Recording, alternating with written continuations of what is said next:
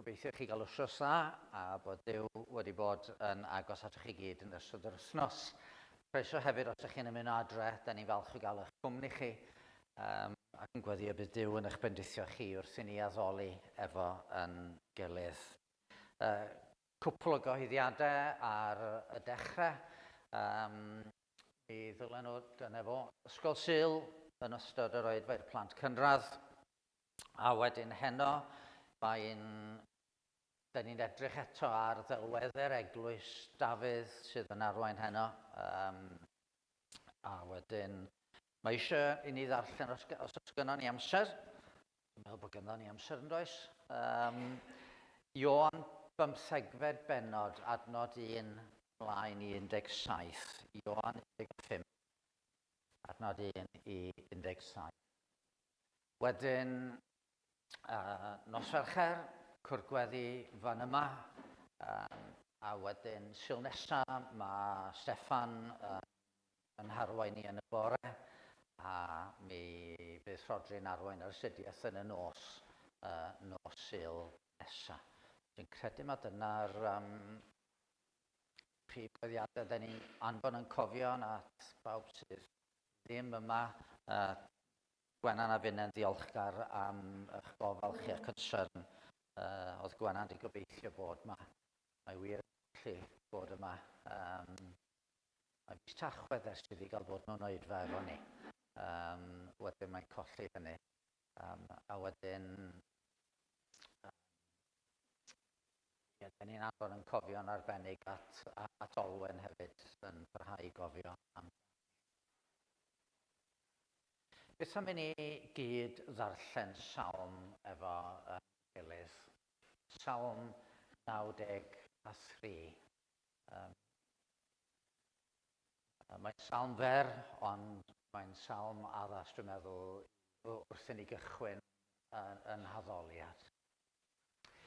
Y mae'r arglwydd yn frenin, y mae wedi wisgo a mawredd. Y mae'r arglwydd wedi ei wisgo a nerth yn wregus iddo. Yn wir, y mae'r byd yn sicr ac nisyd feidir. Y mae dorsedd wedi sefydlu erioed, yr wyt ti tragwyddoldeb. Cododd y dyfroedd o arglwydd, cododd y dyfroedd ei llais, cododd y dyfroedd ei rhi. Ond cryfach na sŵn dyfroedd mawrion, cryfach na thonnau'r môr yw'r arglwydd yn yr uchelder. Mae dy dystiolaethau'n sicr iawn, sancteiddrwydd sy'n gweddu i'th di o arglwydd byd byth. Ni gofio fod na arlywydd newydd yn cael ei sefydlu fory yn yr Unol Daleithiau a gwahanol rai da ni'n meddwl am Israel a'r arweinwyr fanon trefnu'r cadoedad efo Gaza ac yn y blaen. Mae'n dda cofio bod yno ni frenin, fwy y brenin mawr sydd ar ei orsedd yn llywodraethu. Ydych chi'n ei weddio? Arglwydd yn Duw, da ni'n diolch yn bod ni'n dod yn ystod y munudau yma i dy addoli di ac i dy gydnabod di yn y Dduw. Pa Dduw sydd debyg i'n Duw ni, yn ogoneddus mewn sancteiddrwydd. A da ni wrth ddod ata ti, yn ceisio dod efo yr ysbryd cywir yn ymwrthod â phob dim sydd ddim yn deilwng ohona ti. A da ni'n ceisio dod o ddiwn tad i gael golwg newydd ar y ogoniant di a dyfawredd di. A da ni'n dod i geisio dy gymorth. Felly da ni'n gweddio ar i'r ysbryd glân ddod a symud yn ein calonau ni. Ac bydd yn amser efo'n gilydd yn fendith i ni ac yn ogoniant i dy enw. Clywn ni o Dduw trwy Iesu Grist yn harglwydd a'n gwaredwr. Amen. Mi ganon ni emyn.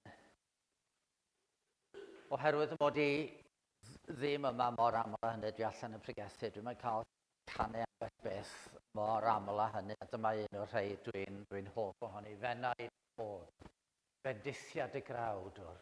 Ef yw darglwydd, ef dy gyfaill triw, araf i ddi, cyfoethog mewn trigaredd, mola dy geidwad, Iesu.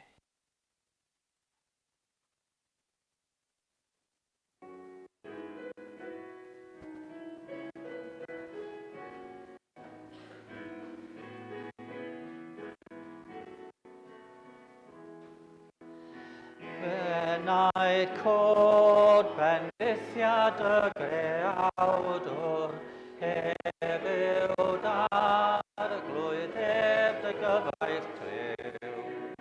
Araf i ddi, cyfoethog mewn trigaredd, mola dy geidwad, Iesu.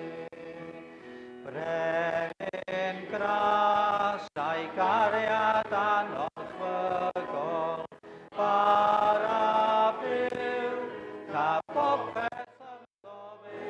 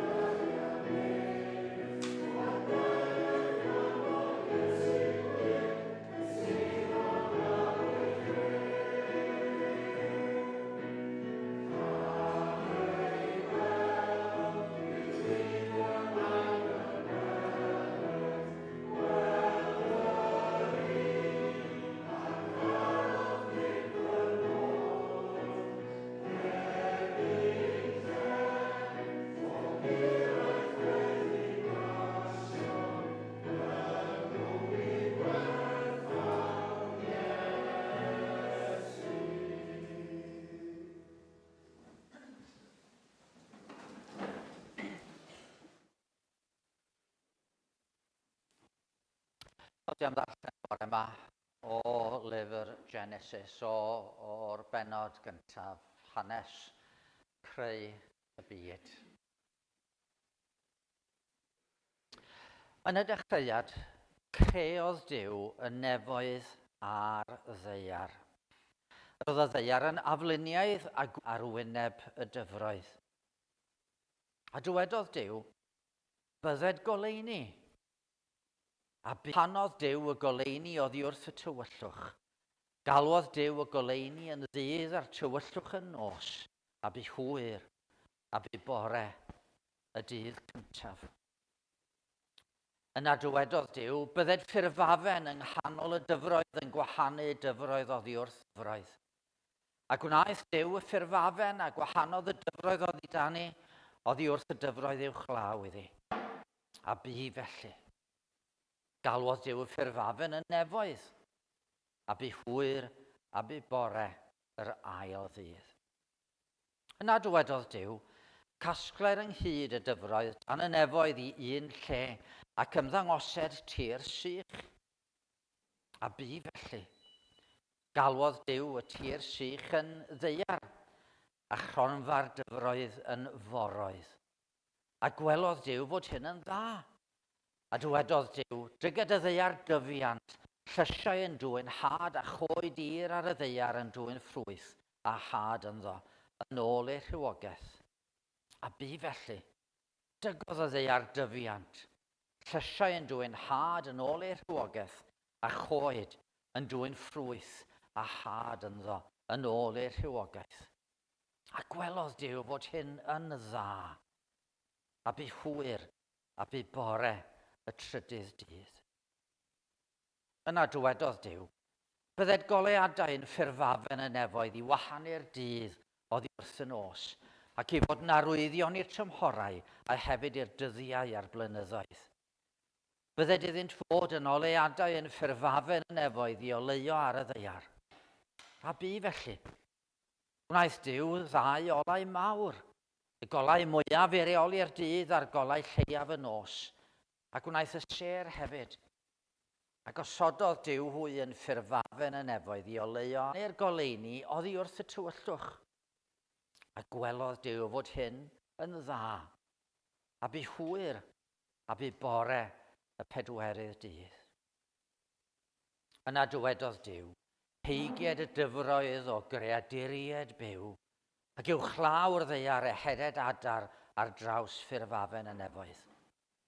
A chreuodd Duw y morfilod mawr ar holl greaduriaid byw sy'n heigion y dyfroedd yn ôl i'r rhywogaeth. A phob aderyn a skellog yn ôl i'r rhywogaeth. A gwelodd Duw fod hyn yn dda.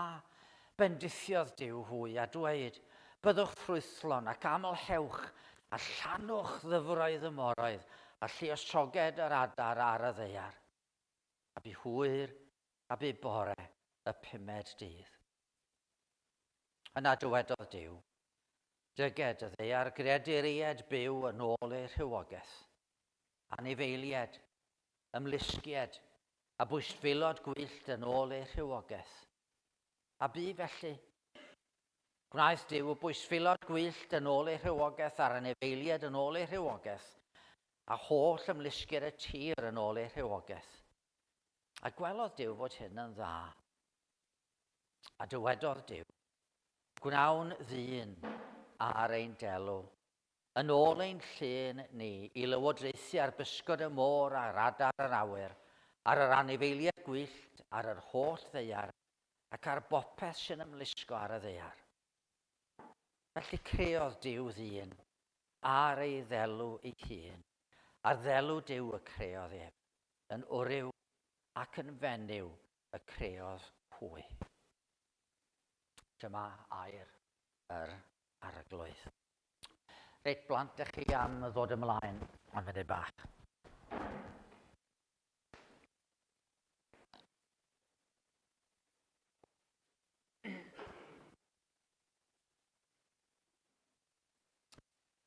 Reit, digon o le i chi gyd. Oes, na fo, da iawn. Dych chi'n iawn bore yma? Dych? Reit, wedi cael penwythnos da? Do? Dwi'n fawr ma'n edrych chi blino yn ofnadwy. O, diar. Tybed oedd y penwythnos yn wahanol i ti. Reit. Dych chi, rhan mwyaf fan chi, mynd i'r ysgol fori? Dych, ie. Be sy'n digwydd sy'ch chi'n mynd i'r ysgol a bod na ddim athrawon yno? O, ia. Sa'ch chi'n cael hwyl, bysach? Ie? Be ti'n feddwl? Reit. Ie, fysach chi'n cael hwyl, ond ar ôl dipyn o amser, pethau falle chydig bach, se rhywun disgyn ar yr iard, ble fysach chi'n mynd? Ac yn sicr fysach chi'n mynd dysgu lot yna, fysach. Fysach chi'n mynd dysgu llawer, fysach chi yn yr ysgol heb ddim athrawon. Mae'n bwysig bod athrawon yna i fedru eich dysgu chi a'ch gofalu amdano chi a'ch arwain chi. Gan i feddwl am rhywbeth arall. Reit. Pan dych chi adre, pwy di'r gorau am baratoi bwyd i chi adre? Mam? Ben? O, chwarae teg. Ie? Dibynnu pa fath o fwyd, ie? Reit. Pwy sydd yn gwneud lot o lanhau y tŷ yn eich tŷ chi? Dad? O, chwarae teg iddo fa. Ie? Mam? Ie? Mam, na fo. Ie. Reit. Rwan, dwi'n meddwl bod Lleo a Lleici wedi cael penwythnos chydig bach o wahanol. Mam, di'r gorau am wneud bwyd yn eich tŷ chi? Dibynnu. O.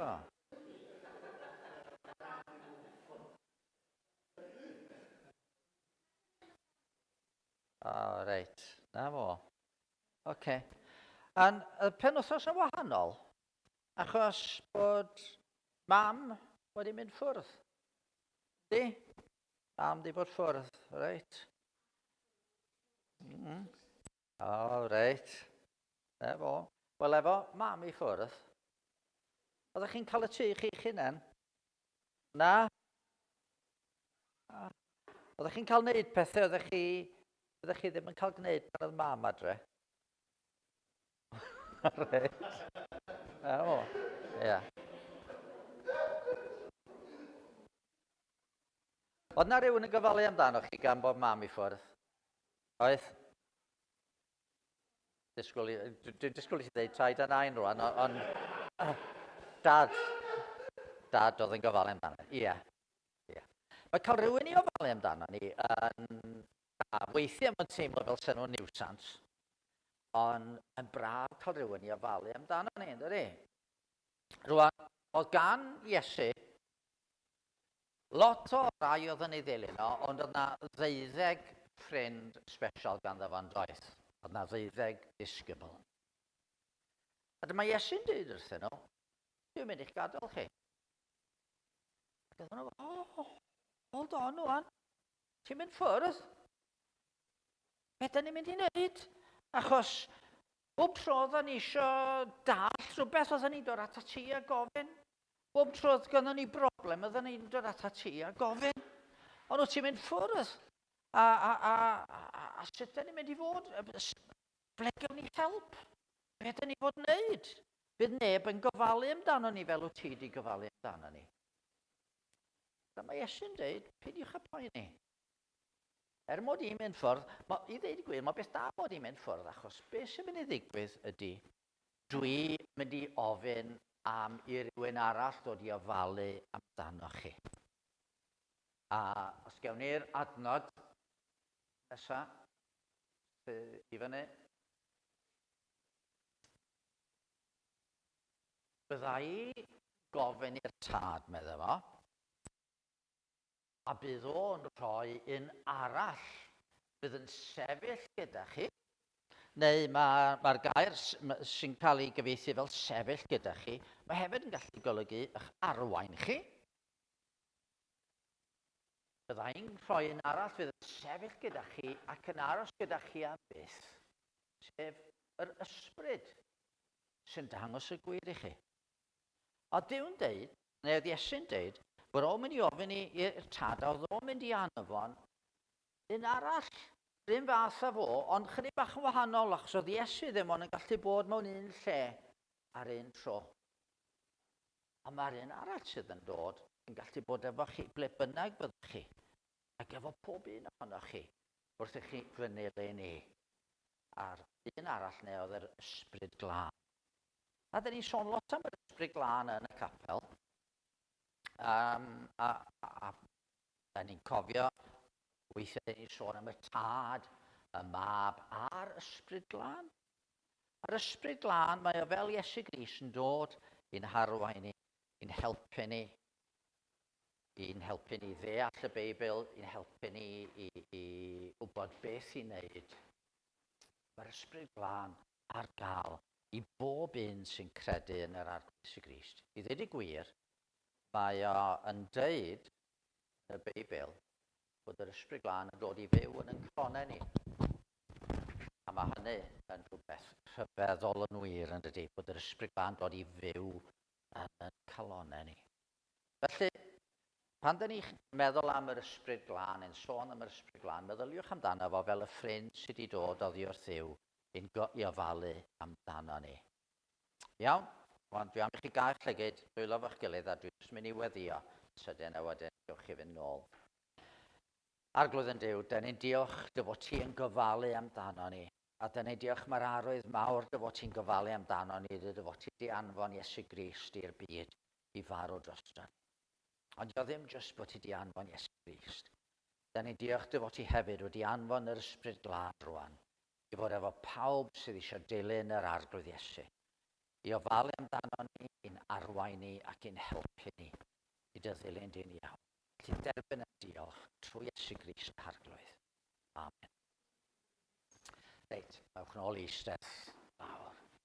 A wedyn gewch chi fynd i'r ysgol Sul mewn munud. A be da ni'n mynd i wneud rwan, da ni am canu am gariad rhyfeddol yr arglwydd Iesu tuag ato ni.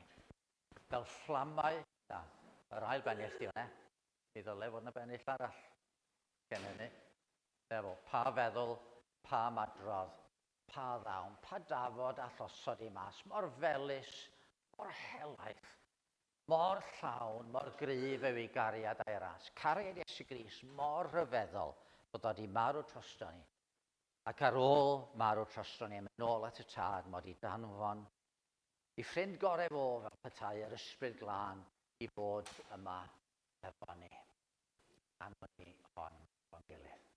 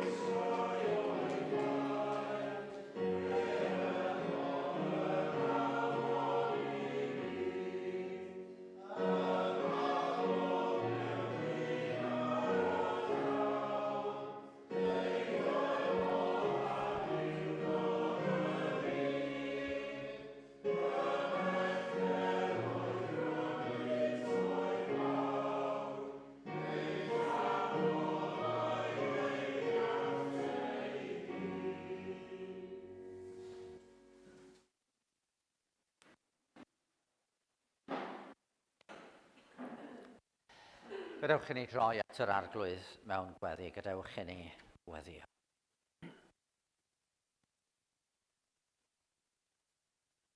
O Dduw ein tad a thad ein harglwydd Iesu Grist, da ni'n diolch yn fawr i ti yn bod ni eto y bore yma, yn cael galw arna ti fel tad. Da ni'n gwybod fod ti'n Dduw uwchlaw pob dim yn ogoneddus mewn sancteiddrwydd. Ond o Dduw yn tad, da ni'n ymwybodol, mae nid dim ond Duw pell, ond Duw sydd wedi'n caru ni. A thrwy Iesu Grist wyt ti yn mabwysiadu ni, yn blant i ti dy hynna.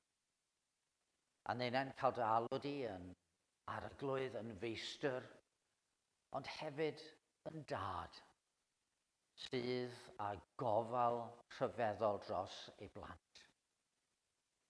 Tydi aderyn y to ddim yn disgyn i'r ddaear heb i ti fod yno, a rywsut mae'n disgyn yn dy ddwylo di, a fe ddywedodd Iesu'n bod ni werth llawer mwy na adar y to. Felly, da ni'n gallu llawenhau bore yma yn dy drigaredd di, wrth i ti beth eto yn gwahodd ni i fyfyrio'n dy air a chlywed pethau da oddi wrth dy air di. Da ni o dad yn ymwybodol wrth ddod at y bron yn bod ni yn dod fel rhai sydd wedi trwydro'r wythnos diwethaf yma oddi wrtho ti. Mae mor hawdd i ni rywsut i anghofio. Mae mor hawdd i ni rywsut i roi mewn i'r hen natur sydd yn mynnu glynu yno ni. Maddau ni o ddiwn tad. A helpa ni trwy dy drigaredd i fod yn fwy sensitif i arweiniad yr ysbryd glân. Yn wir a wneud i helpu ni i gymryd yn llenwi ar ysbryd glân. Fel yn bod ni yn dod yn debycach i'r arglwydd Iesu Grist. Am bod ni yn dymuno'r pethau rwyt ti'n ei dymuno. Bod ni'n ceisio'r pethau rwyt ti am ei gweld ar waith yn bywyd ni.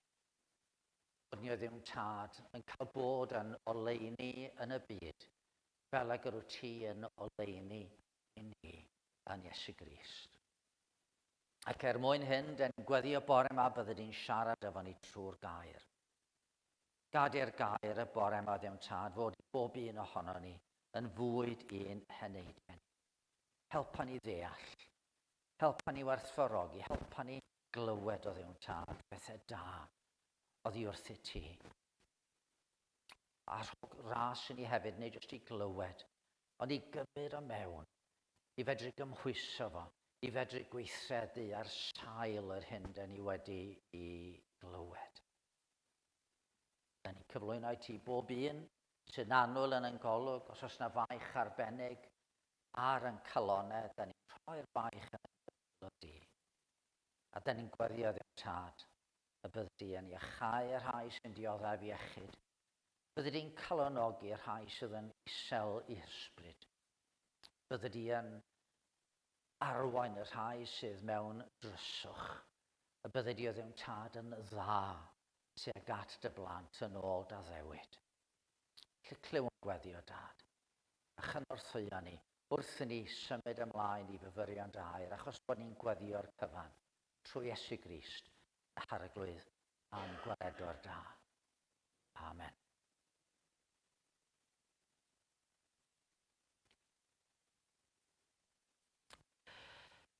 Un o'r pethau sydd wedi bod yn broblem yn creu ofn, yn creu pryder yng nghalon Cristnogion ar hyd y blynyddoedd ydy pan maen nhw'n teimlo rhywsut fod Duw wedi mynd yn istaw, bod Duw wedi stopio siarad efo nhw, bod Duw yn bell. Ond mae Duw yn dymuno bod yn agos ato ni, ac yn yr emyn nesaf dyn ni am ei chanu, dyn ni am gofio hyn. Mae Duw wedi llefaru yn y pennill cyntaf, Duw lefarodd drwy'r proffwydi di gyfnewid air roes ef. Trwy'r oesoedd yn cyhoeddi ar y gwledydd cyfiawn Duw yn ef. Tra terfysga byd diobaith angor sicr ddeil yn dyn. Duw sydd ar ei orsedd gadar, cyntaf, olaf, unig, un. Oedd mae'r ail bennill yn sôn am Duw'n llefaru yn yr Iesu. Ond y trydydd pennill wedyn yn dweud bod Duw dal i siarad efo ni. A Duw lefara trwy Iesu, wedyn Duw lefara trwy ei ysbryd. Siarad hwnna a chalon dyn. Ac wrth i ni ganu, gadwch i ni gofio. Cofio rwan, lle oedd y Duw yn yna, mae o'n mewn llyfr arall, ond dyna fo. Wrth i ni ganu, gadwch i ni weddio bydd yr ysbryd yn siarad efo'n calonau ni y bore.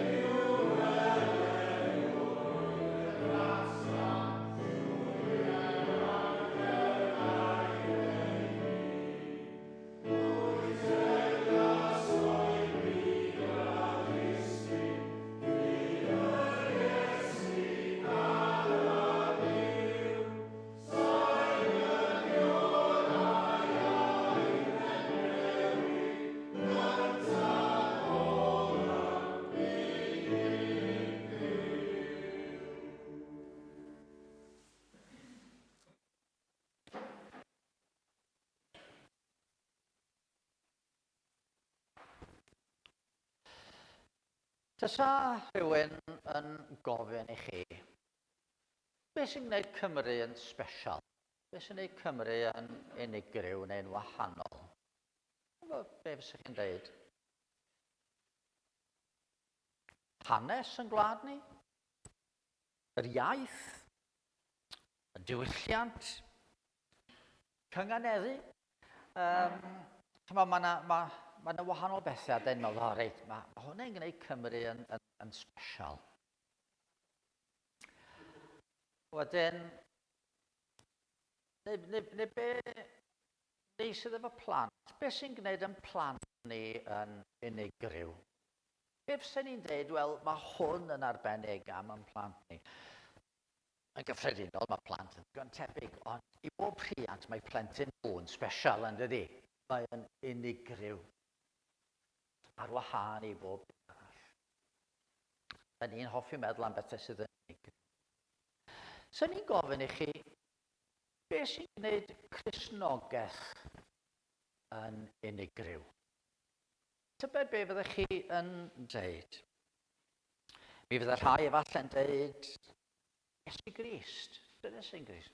Gwneud Cristnogaeth yn unigryw. Y rhai eraill falle'n dweud, wel, y groes a'r atgyfodiad. Dyna sy'n gwneud Cristnogaeth yn wahanol I bob lefydd arall. Ond efallai mae'r hyn sydd yn fwyaf arbennig am yn ffydd ni ydy bod yn Duw ni yn drindod. Does na'm Duw arall tebyg yn unrhyw un o'r crefyddau arall. Ond Duw ni yn dad, mab, ysbryd glân, y tri yn un. Nid tri Duw, ond un Duw yn dri person. Nid un Duw weithiau yn ymddangos fel tad, weithiau yn ymddangos fel mab, weithiau yn ymddangos fel yr ysbryd glân. Na. Tad tragwyddol, mab tragwyddol, ysbryd tragwyddol yn un Duw holl a llio, di-gyfnewid, Cristnogaeth yn ffydd, drindoddaeth. Weithiau, dyn ni'n anghofio hynny. A'r bore yma, be hoffwn ni'n wneud ydy meddwl am yr un sydd efallai'n fwy tebyg o gael I anghofio. Trydydd person y drindod, sef yr ysbryd. Mae yna lawer o drafod wedi bod ar yr ysbryd glân. Wel, ers y deffroad charismataidd yn 70au ganrif ddiwetha, mae lot o sôn wedi bod. A fel arfer, mae'r sôn wedi bod am beth mae'r ysbryd yn wneud I ni. Mae wedi bod yn drafod bron yn hunan ganolog bod yr ysbryd yn rhoi rhyw ddonia arbennig I ni. A sut ydyn ni'n defnyddio'r donia, be di ffrwyth yr ysbryd ynddo ni ac yn y blaen. Ac wrth gwrs, mae meddwl am ddonia'r ysbryd a ffrwyth yr ysbryd yn bwysig, ond y perygl ydy bod ni'n meddwl am yr ysbryd bod rhyw rym. Well, Star Wars, may the force be with you, rhyw rym sydd yn gweithio ynddo ni rhywsut, ond person ydy'r ysbryd. Os ydy Iesu yn ogyfywch ar tad, mae'r ysbryd yr un modd yn ogyfywch ar tad a'r mab. Sôn yn berson. A'r hyn ddylen ni holi efallai ydy nid be mae'r ysbryd yn ei wneud, neu hyd yn oed beth ydy'r ysbryd, ond be ddylen ni fod yn holi pwy ydy'r ysbryd glân. Sut fath o berson? Ac wrth I ni wneud hynny, mae rhaid I ni ddechrau wrth gwrs yn y gair. Achos yr unig ffordd da ni'n dod I adnabod neu gwybod yn iawn am y ysbryd ydy wrth i'r ysbryd ddatguddio, wrth i'r Beibl ddatguddio I ni beth ydy yr ysbryd. A reit ar ddechrau y Beibl, da ni'n cael yn yr ail adnod yn Genesis, dydyn ni. Yr oedd, tywyllwch ar wyneb y dyfnder, ac ysbryd Duw yn ymsymud ar wyneb y dyfroedd. I ddweud y gwir, ble bynnag edrychon ni trwy'r Beibl, mae'r ysbryd ar waith. Yn ei sôn weithiau am y Beibl fel stori Iesu Grist. Wel ie, mae'r ysgrythurau yn tystio amdano'n sôn amdano fo, amdano fi mae'r ysgrythurau yn sôn medde Iesu wrth y Pharisëaid, yr ysgrifenyddion. Weithiau, da ni'n sôn am y Beibl fel stori'r tad, Dyw'r tad wedi gwneud cynllun, a hynny'n cael ei egluro i ni yn y gair, a mae hynny'n wir. Ond hefyd, mae'r Beibl yn stori'r ysbryd glân.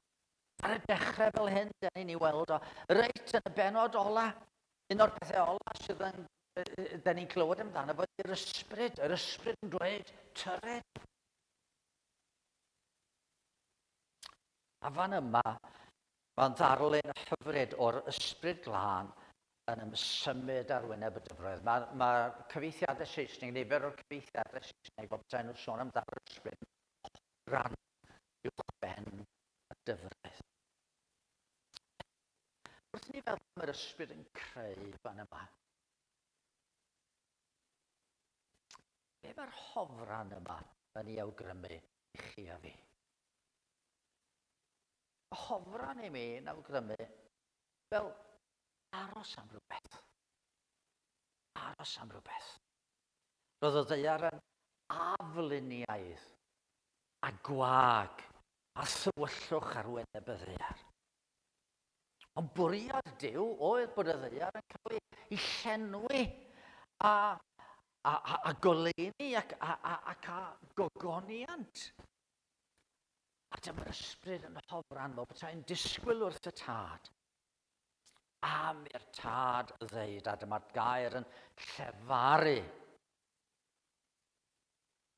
Llefaru trwy'r gair. Bydded goleuni. A'r ysbryd yn dod rwan i gyflawni'r gair hwnnw a rhoi trefn. Anrefn. Mae'r syniad o afluniedd without form, meddai cyfeithiadau Saesneg. Dim trefn ar y cyfan, afluniad. A gwag. Dim byd i allu gweld yno, a thywyllwch. Ond rwan mae'r ysbryd yn goleuo wyneb y ddaear, oedd mae'n llawn o dywyllwch. Mae'n rhoi trefn ar yr anrefn. Mae'n rhoi stamp Duw ar y greadigaeth mewn ffordd mor arbennig. Mae'n llenwi'r ddaear a gogoniant Duw fel bod Dafydd yn gallu dweud, mae'r nefoedd yn datgan gogoniant Duw ar ffurfafn y mynegau sydd wyloedd. Ond mae yna fwy fan yma. Mae'r gair Hebraeg am ysbryd, rwach. Rwach. Mae fel yn rhywbeth sydd yn anadlu allan. Dywy'r gair am anadl. Yr un gair sydd am anadl. A da ni darllen yn yr ail benod, lluniodd yr arglwydd un o lwch y tir ac anadlodd yn ei ffroenau, anadleinioes, a daeth y dyn yn greadur byw. Mae'r ysbryd yn rhoi dod â threfn allan o anrefn. Mae rywsut yn gosod ffurf ar y cosmos sydd yn dangos gogoniant. Be mae'r ysbryd yn gwneud mewn gwirionedd ydy gwneud teml o'r cosmos. Ac fel coron ar y cyfan, mae Duw'n cael ei greu a mae'n anadlu i fywyd fewn i'r dyn a greodd o lwch y ddaear, fel bod hwnnw'n gallu arwain y cosmos. Mae dyn i fod yn rhyw fath o worship leader, yn arwain y cosmos i gyd, oherwydd, da chi'n gweld, yn y greadigaeth, da ni'n gallu gweld mawredd a chryfder a dyfeisgarwch Duw. Ond mewn dyn sydd yn greu ar ddelw Duw, da ni'n gweld tu hwnt lle'r mawredd hynny, da ni'n dechrau gweld cymeriad Duw. Profi i gariad o, deall i sancteiddrwydd o. A da ni'n gallu gogoneddu Duw am pwy y Duw. Neu dyna fel dylen ni fod fel y crewyd dyn ar y cychwyn. Dyn yn arwain yr holl bydysawd yn datgan gogoniant yw a dyn yn arwain y moliant trwy ddweud ie. Wyt ti'n ddiw rhyfeddol yn dad mab ac ysbryd fan. A hyn gyd yn digwydd trwy waith creadigol yr ysbryd. Ysbryd yn creu. Mae Steve Eves efo can am yr ysbryd meddwl fo yn does. Wan, dwi'n fan o ganeuon Steve Eves, dwi'n ei mwynhau nhw. Ond cymaint o bobl yn meddwl am yr ysbryd, mae rhyw rhyw deimlad a rhywbeth, yr awen bydd y beirdd yn sôn amdano fo. Ond na, mae'n rhywbeth llawer mwy bwriadol na hynny. Dyw ei hunan, gosod ei stamp ar bethau trwy'r ysbryd. Gadwch chi ni symud ymlaen. Wrth sôn am yr ysbryd yn hofran uwchben y dyfraith. So beth ydy yn gwneud i chi feddwl am rhywbeth arall?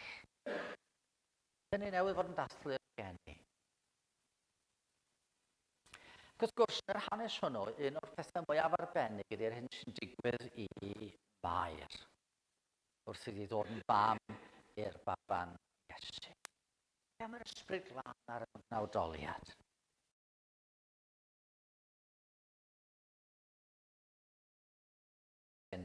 Ac eto yn beichiogi.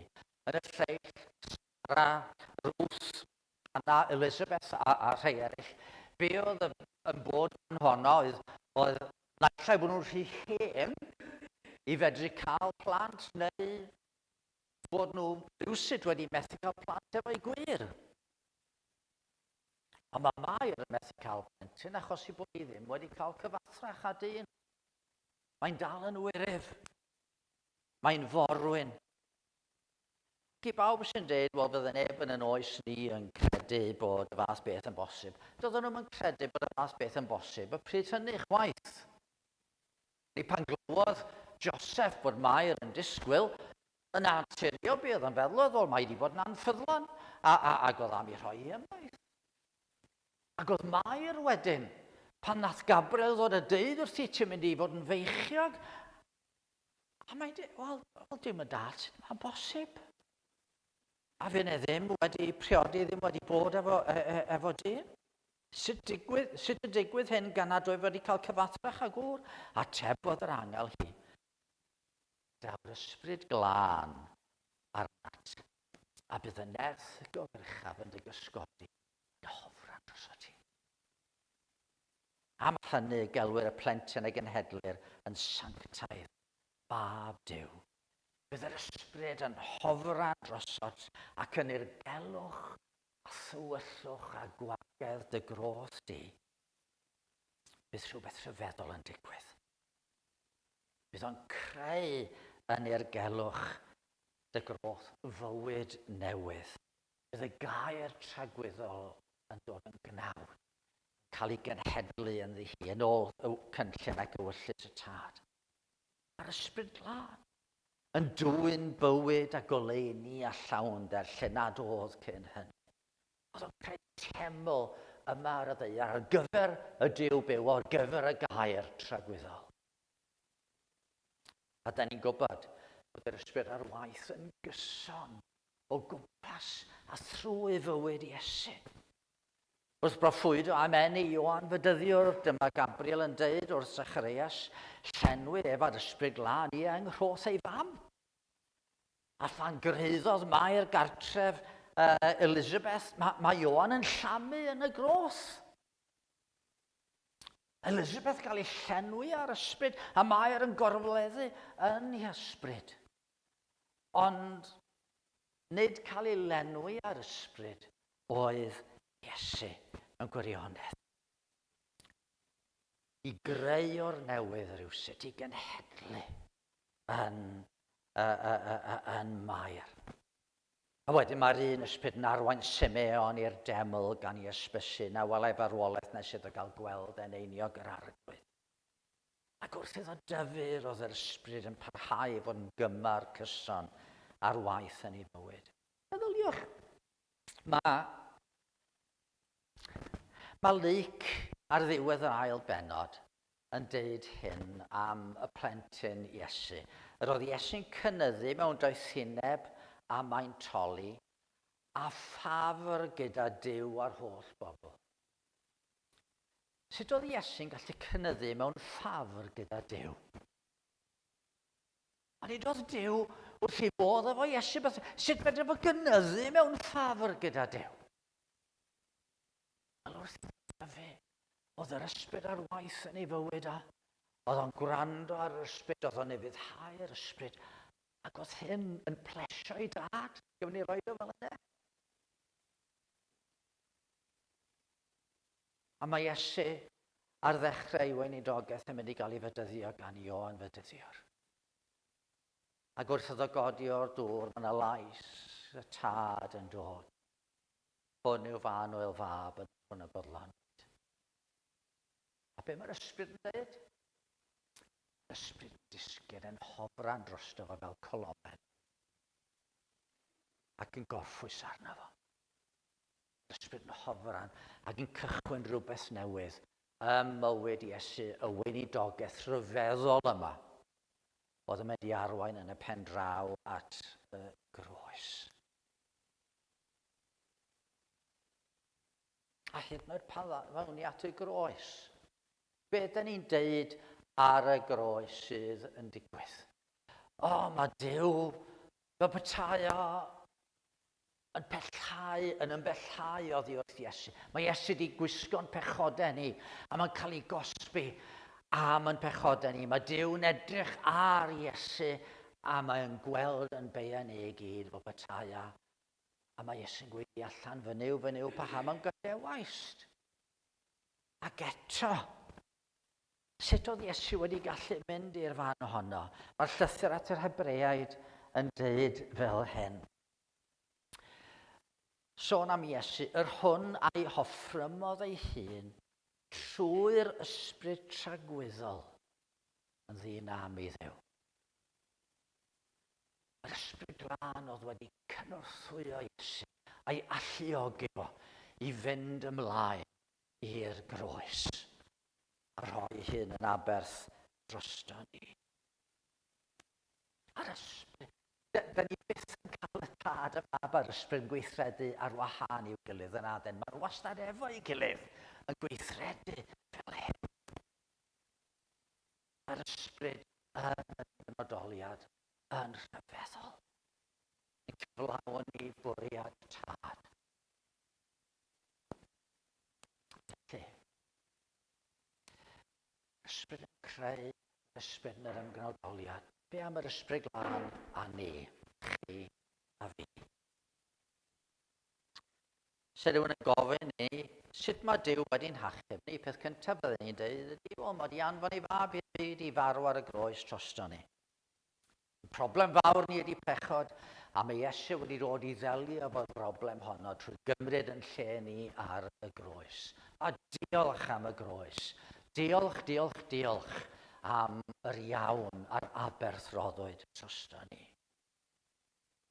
Ond gai yn ostrengedig ac eto yn gyfrifol ddweud, mae mwy i'r iachawdwriaeth na'r groes. So rhaid i rhywbeth ddigwydd i bontio'r rhwyg iddo ni ar tad. Oedd angen rhywbeth ddigwydd i ni.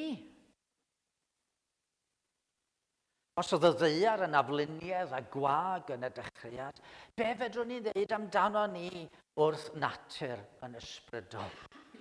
Mae Paul yn dweud y bod ni wrth natur yn feirw yn y camweddau a phechodau. Roedden ni'n afluniaidd a gwag mewn ryw ystyr. Oedd na anrhefn yn yn calonau ni.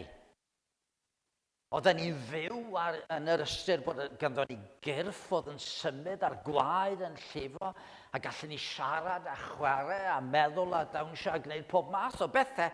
Ac eto, a siarad yn ysbrydol chaos oedd yn calonau ni. Nes i'r ysbryd ddod a gosod trefn arno ni. Cofio fel oedd gwaredwr yn siarad efo Nicodemus. Ond i chaiff rhywun ei eni o'r newydd, ni all weld teyrnas y ddiw. A mae'r gair nes i'n cael ei gyfieithu fel newydd, o'r newydd fan yna. Yn llythrennol be ydi oddi uchod.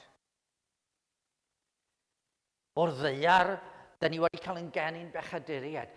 Rhaid i ni gael yn genu oddi uchod, a rhaid i'r ysbryd ddod. Ond i chaiff rhywun i eni o ddŵr a'r ysbryd. Ni all fynd i mewn i deyrnas y ddiw. Rhaid i'r ysbryd oedd yn hofran uwch ben y dyfroedd i ddwyn trefn o'r hanrefn.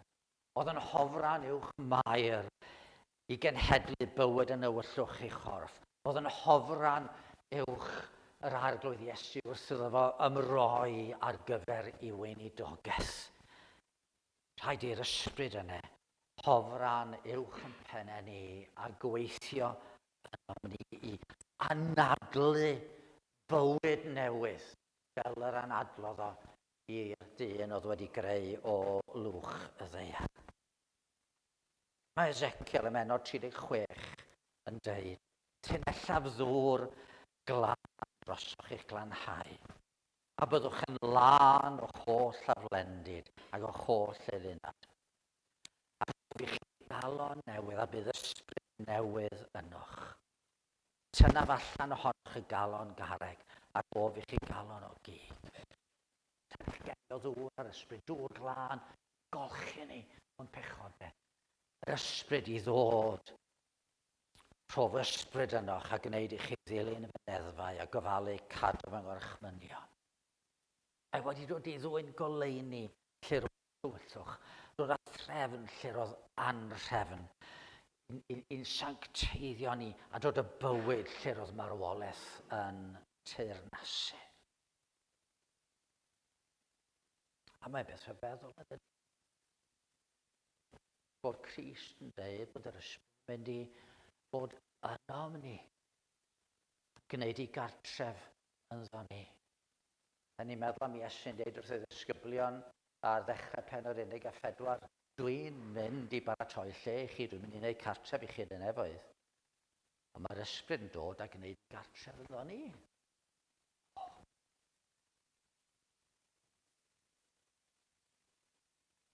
Cwpl o bethau gloi. Sawl ysbryd glân sydd? Un?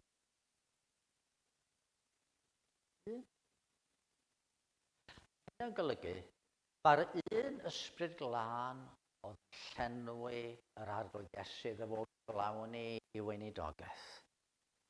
Yr un ysbryd glân ydy hwnnw sydd yn ein calonau ni os y'n ni'n credu.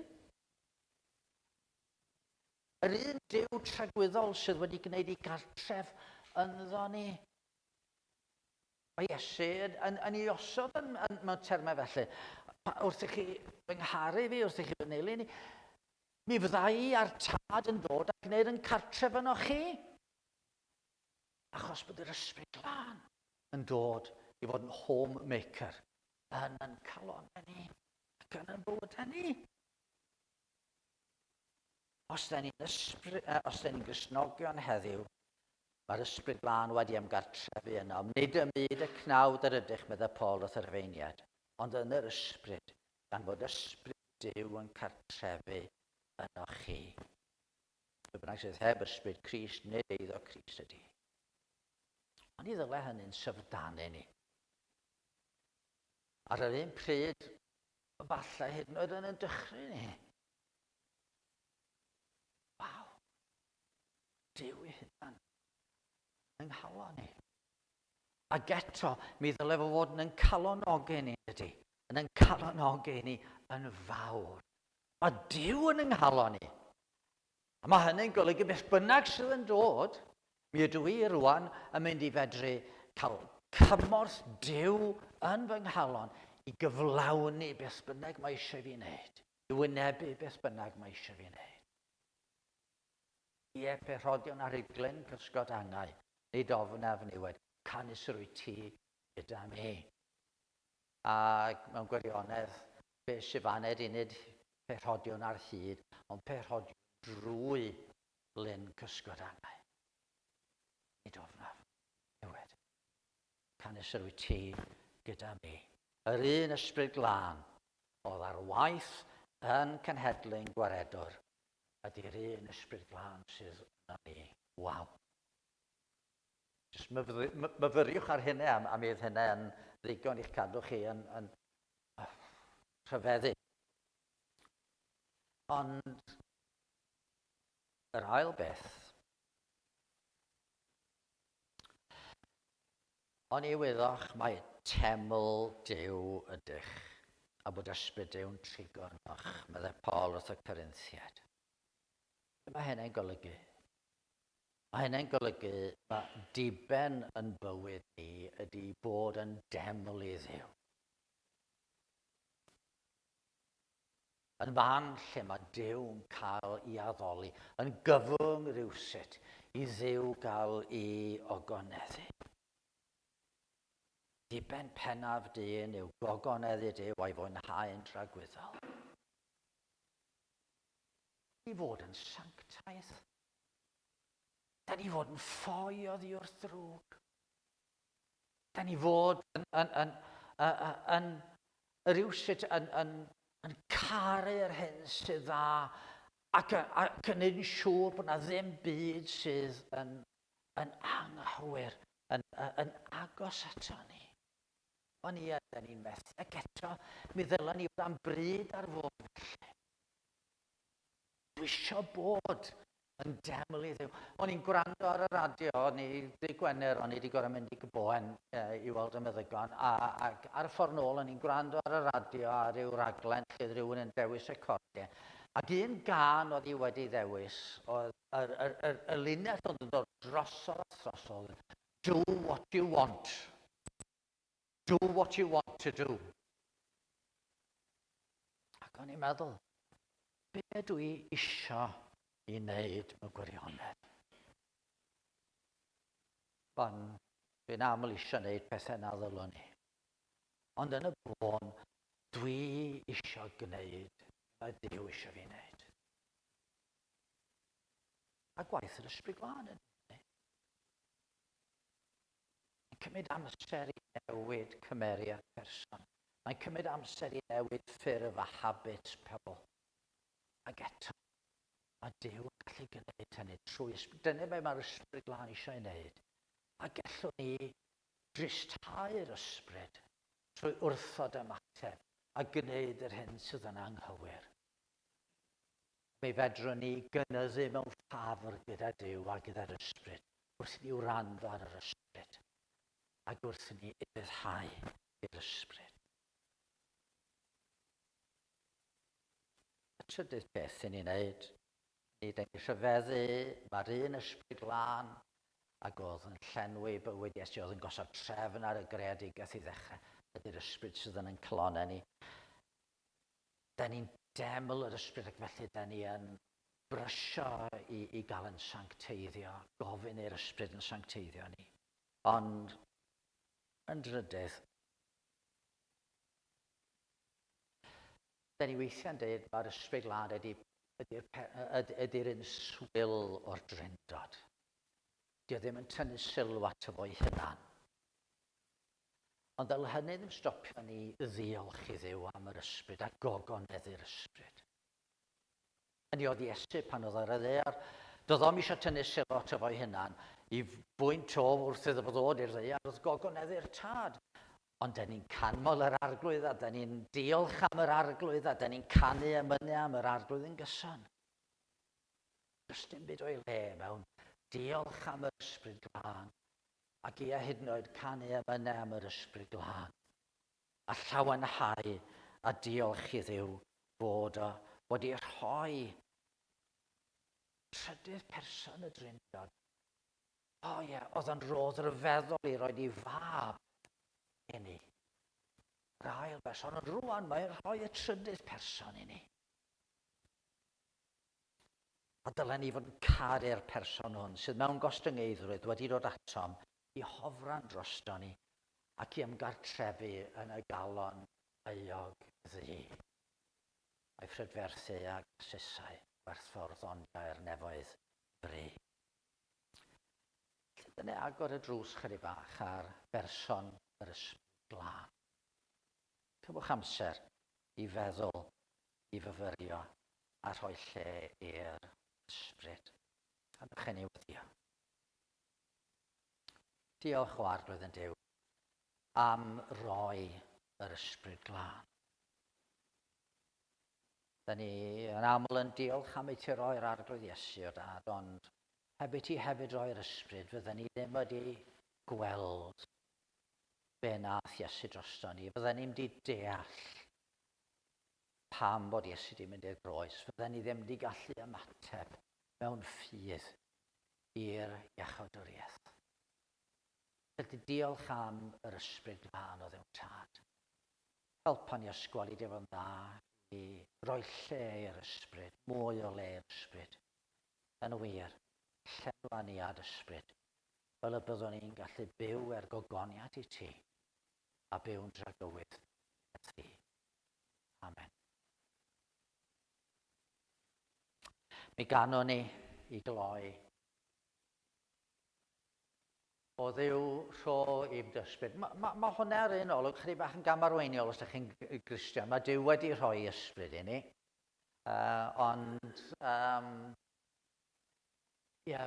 Gadw'r ysbryd weithio ynddo. Os oes rhywun yma sydd ddim eto wedi credu yn yr arglwydd Iesu, ddim wedi trystio Duw fel gwaredwr.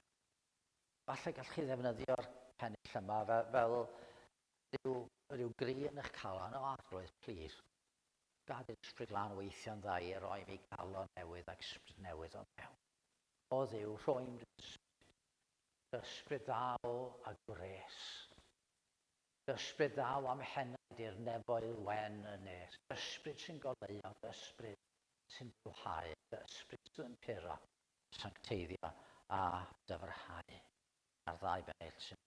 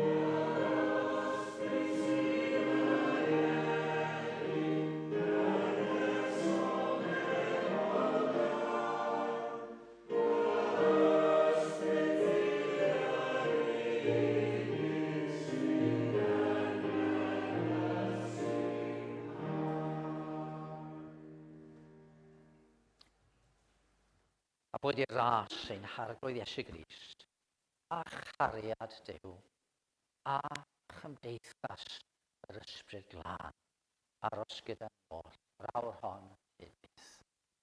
Amen.